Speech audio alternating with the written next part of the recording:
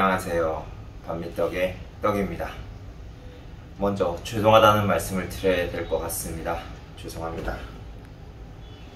제가 유튜브를 운영하면서 이렇게 죄송할 일이 생겼다는 점 정말 송구스럽습니다. 제가 죄송한 이유는 제가 사기꾼이 되었기 때문입니다. 해외에 사시는 분들은 알겠지만 개인 간의 환전, 즉 개인 간의 환전에서의 이득이라고 해봤자 수수료를 아낀다는 점, 그것 때문에 개인 간의 환전을 많이 하는 것으로 알고 있습니다. 물론 저 또한이고요. 하지만 이 개인 간의 환전을 통해 저는 사기꾼이 되었습니다. 제가 사기꾼이 된 경우는 이렇습니다. 2021년 2월 26일 바로 어제죠. 어제 낮 12시 한 40분에서 50분쯤 자주 환전을 하던 박씨에게 연락이 왔습니다. 박씨에게 연락이 와 저에게 100만원 송금을 원한다, 내가 베트남 돈을 주겠다 라는 명식의 글을 남겼고, 이 분과는 제가 비대면으로 2번을 거래를 했기 때문에 믿고 거래를 하게 되었습니다. 또한 제가 비대면으로 거래할 때 먼저 돈을 받고 거래를 하기 때문에 저한테는 그렇게 큰 피해가 없을 거라 안일하게 생각했던 점 또한 제가 사기꾼이 된 이유 중에 하나입니다. 제 계좌번호를 보내고 난 후 베트남 은행으로 100만원의 상당의 베트남 돈이 들어왔습니다. 하지만 이 베트남 돈이 들어왔을 때 이름이 제가 거래하는 박모모씨와의 다른 S로 시작되는 이름이었습니다. 그러하여 제가 명의가 다른 이유가 뭐냐 물었더니 자신의 와이프다 라는 말을 먼저 하였고, 저 또한 어쨌든 돈을 받았기 때문에 돈을 송금해주는 게 맞다고 생각하여 돈을 송금해줄 계좌번호를 물어봤습니다. 돈을 송금해줄 받을 계좌번호를 받았는데 그 계좌주 자체가 또 다른 이름이었습니다. 제가 바보였던 게 여기서 알아차리지 못한 점입니다.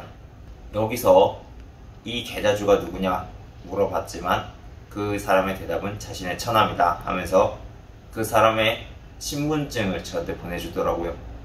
저 또한 신분증을 받았기 때문에 신원이 확실하다 생각하여 돈을 송금해줬습니다. 그리고 5분에서 10분 후 환전에 관련된 단톡방들에 제 운전면허증 사진과 저의 모든 신상이 공개되면서 사기꾼이다 라고 올라오기 시작하였습니다. 그리고 제가 속해 있는 환전방 제가 지금 들어가 있는 2개의 환전방 안에서도 역시 마찬가지입니다. 저는 해명하고자 그 글이 올라오자마자 제 개인 카톡에 아이디를 올려놓고 피해 받으신 분에게 연락을 달라고 했습니다. 그리고 한 분이 연락이 먼저 왔습니다. 그분은 소영이라는 카톡명을 쓰는 분입니다. 개인톡으로 온 소영이라는 닉네임을 쓰시는 카톡분께서는 자기가 사기를 당했다, 내가 분명히 베트남 돈을 보냈고 나는 아직 한국 돈을 받지 못했다 라며 저에게 협박을 하더군요. 어떻게 알았는지 제가 유튜브를 하는 것과 제가 인스타에 올리는 것에 관해 이런 식으로 협박을 하더군요. 네가 베트남에서 살아갈 수 있는 모든 수단, 카페, 단톡방 등등 그 모든 곳에 너의 신상과 모든 걸 공개하겠다, 명예훼손 충분히 내가 감당할 수 있다 라며 저에게 협박을 하더군요. 그리고 나서 그 사람과 대화하던 중 또 다른 한 분에게 연락이 왔습니다. 그분의 이름을 익명으로 이니셜로 남기겠습니다. 그분의 이름은 SC로, 그분께서는 자기가 그 돈을 짜다를 보냈고 저는 다른 단톡방에 있어가지고 지금에서야 연락을 받고 연락을 했다. 그러하여 계속 연락을 하던 중 이상한 점을 발견했습니다. 분명히 저는 입금 받은 내역은 단 하나입니다. 근데 피해자가 2명이 나온 겁니다. 근데 더 웃긴 건 이 소영이라는 사람은 저에게 계속 자기가 SC다, 돈을 보낸 SC다 하고, 방금 전 연락 온 SC에는 그 저한테 돈을 보내줬던 SC와 이름이 똑같았습니다. 쉽게 말하자면 카톡 닉네임이 저에게 돈을 보냈던 이름과 동일하다는 겁니다. 그러하여 계속 이야기를 하며 단톡방에서 해명을 하던 중 SC에게 제가 물어봤습니다. 그러면 그 거래했던 분의 카톡 내역을 보내달라. 그렇게 하여 카톡 내역을 받았고, 카톡 내용에는 이런 내용이 있었습니다. 소영이라는 닉네임을 쓰는 분과 이 S씨가 거래를 했고 저는 박모모씨와 저와의 거래를 했던 겁니다. 쉽게 말하자면 제 3자 입장에서 이 베트남 돈을 보내시는 분에게는 제 계좌와 제 명의를 얘기를 하고 신용을 얻고 그거를 보내고, 저는 이제 돈을 받은 걸 확인했기 때문에 이 제 3자에게 돈을 보낸 경우입니다. 과연 이런 사기가 정말 일어날까, 이 바보 같은 이런 일이 일어날까 라고 의심하시는 분들이 많겠지만 생각 외로 해외에서는 이런 사기가 많습니다. 이런 사기를 보통 3자 사기라고 합니다. 이 3자 사기를 당하고 난 후 저는 쉽게 말하자면 쓰레기인 사기꾼이 되었습니다. 많은 지인들에게 연락이 오고 저 또한 도움을 요청하기 위해 국제 전화로 은행에 먼저 연락을 했습니다. 하지만 은행에서는 3자 사기건, 환전건에 관해서는 계좌 정지 자체가 되지 않는다 라고 연락을 받았고, 그리고 이거를 하고 싶으면 경찰에 신고를 하라고 했습니다. 그리하여 경찰에 신고를 하였고, 경찰 측에서는 이 신고 내용을 신고하기 위해서는 한국에 들어와야 된다. 최소 한두 번은 들어와서 신고를 직접 해야 된다. 그래서 제가 또 물어봤습니다. 직계 가족이 신고를 할 수 있냐? 직계 가족 또한 신고를 할 수 없다고 합니다. 피해자 본인이 와서 신고를 해야만 접수가 가능하다고 합니다. 100만원이라는 돈이 큰 돈이라면 큰 돈이고 작은 돈이라면 작은 돈일 수 있겠지만 지금 현재 한국을 들어가는 것 자체, 한국에서 다시 제가 베트남을 들어오는 것 자체로 따지면 제가 한국을 들어갔다 베트남을 들어오면 최소 300에서 400만 동이 깨지게 됩니다. 하지만 지금 피해자와 명의 도용 피해자인 저는 계속 얘기 끝에 단톡방에서 해명을 할 수 있었습니다. 그럼 여기서 문제가 발생한 점을 정말 이상했던 점을 하나 얘기하겠습니다. 이 사기꾼이 정말 교묘하고 저를 사기꾼으로 만들기 위해 얼마나 노력을 했다는 점, 이 단톡방에 있었던 분들은 다 아실 겁니다. 제 본명과 함께 뒤에 찾아라라는 닉네임으로 들어와 저를 사기꾼으로 몰고 제가 사기꾼이다, 자기는 변호사를 선임하여 베트남에서 고소를 하겠다, 이런 식으로 분명히 얘기를 했습니다. 그리하여 저는 계속 해명을 하고 제 계좌 정보와 제가 송금을 보냈다는 내역, 그리고 그 사람과 대화를 했다는 내역 등 전부 보내고 난 후에야 그 사람한테 이제 두 가지 의문이 있어서 보냈습니다. 저는 분명 명의 도용 피해자이고 돈을 받았지만 한 사람의 돈을 받았다. 하지만 카톡은 2개가 연락이 왔으니 둘 중에 누가 진짜인지 모르겠다. 이 점과 또 하나는 왜 나한테 당신이 이체 내역이 아닌 입출금 내역서를 보내주지 않고 다른 말을 하는가 입니다. 결국 이거를 계속 물어본 끝에 다른 사람들도 이상함을 느껴 이렇게 물어봤고 그 사람은 방을 나갔습니다. 이 오해를 풀기까지 장장 4시간에서 5시간 정도 걸렸습니다.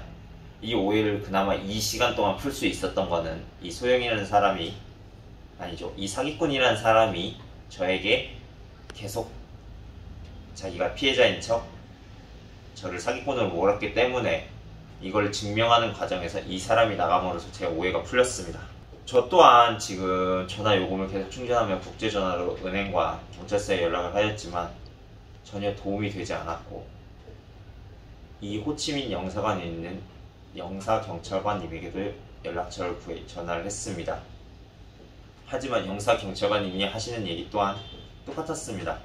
결국에는 한국에 들어가야 된다. 한국에 들어가서 이걸 신고하지 않는 이상 여기서 처벌할 수 있는 그게 없다. 생각을 해보십시오. 100만원의 금액을 사기를 당했습니다. 100만원의 손해를 본 분이 계시고 저 같은 경우는 명의 도용으로 사기꾼이 된 심정입니다. 근데 이 돈을 가지고 제 억울함을 풀고자 한국에 들어간다고 칩시다. 한국에 들어가서 사기꾼을 잡는다고 해서 이 100만원이 돌아오는 게 아니라고 생각합니다. 이 금액을 이미 썼으면 이 사람은 교도소에 가고, 교도소에 간 후에 자기 죄값을 치르고 나면 저 같은 경우는 제 돈을 쓰고 푸는 것밖에 안 됩니다. 그리고 또 어떻게 베트남으로 가야 될지 고민인 겁니다. 저는 여기서 지금 일을 하고 있지 않습니다. 일을 하지 않고 관광비자로 1개월 연장해 가면서 살고 있지만 지금 한국에 들어갈 수 없기 때문에 이렇게 도움을 요청했지만 영사경찰관님께서는 딱히 도움이 되는 부분이 없었습니다. 여러분들이 베트남에서 아니면 타 외국에서 외국인이라는 신분은 참으로 어려운 입장입니다. 피해를 받아도 피해를 항소할 수 있는 길이 그렇게 많지 않기 때문입니다. 그리하여 저 또한 불법을 저질렀지만 이렇게 영상으로나마 제 죄를 고하고 이렇게 잘못을 뉘우치고 다시 한번 이런 일이 없기를 바라는 점을 비워 이렇게 영상을 남깁니다. 다른 방에서조차 결백을 증명하고자 얘기를 했지만 다른 방에서는 솔직한 심정으로 결백을 증명하기가 좀 어려웠습니다.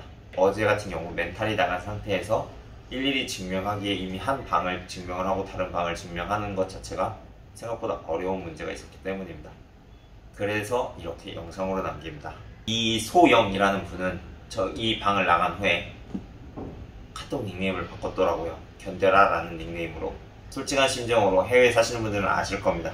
한인 사회라는 것 자체가 얼마나 작은지, 소문 하나 잘못 나면 사람 하나 매장되는 게 얼마나 쉬운지 누구나 공감하고 누구나 조심하고 있습니다. 저 또한 그렇습니다. 제가 베트남에 처음 와서 지금까지 제가 어떤 단톡방, 어떤 카페에서도 제 실명 공개된 적 없습니다. 이렇게 제 실명이 공개될 줄 몰랐고요. 하지만 이 환전 거래, 누군가에게는 단 일부의 수수료를 아낄 수 있다는 점, 그것 때문에 많은 분들이 하고 있습니다. 하지만 환전 거래는 꼭 만나셔서 여권과 그 사람과 얼굴이 동일한지, 여권상의 이름과 계좌주가 동일한지, 그리고 그 사람의 입출금 내역을 확인하여 문제가 없는지 확인한 후 꼭 거래를 하시기 바랍니다. 절대 비대면 거래는 하지 않길 바라겠습니다. 비대면 거래로 인해 저처럼 명의 도용 피해자 또는 지금 S씨처럼 금전 피해자가 발생할 수 있다는 점, 그 점이 엄청 쉽다는 점 다시 한번 알려드립니다. 꼭 조심하시기 바랍니다. 전 공개 수배하겠습니다. 호치민에 살고 있는 박땡땡씨, 이 영상을 보시고 죄를 뉘우친다면 돈을 돌려주세요. 당신이 이용한 것으로 추정되는 송땡땡씨 계좌, 대포통장이든 뭐든 계속 공개될 겁니다.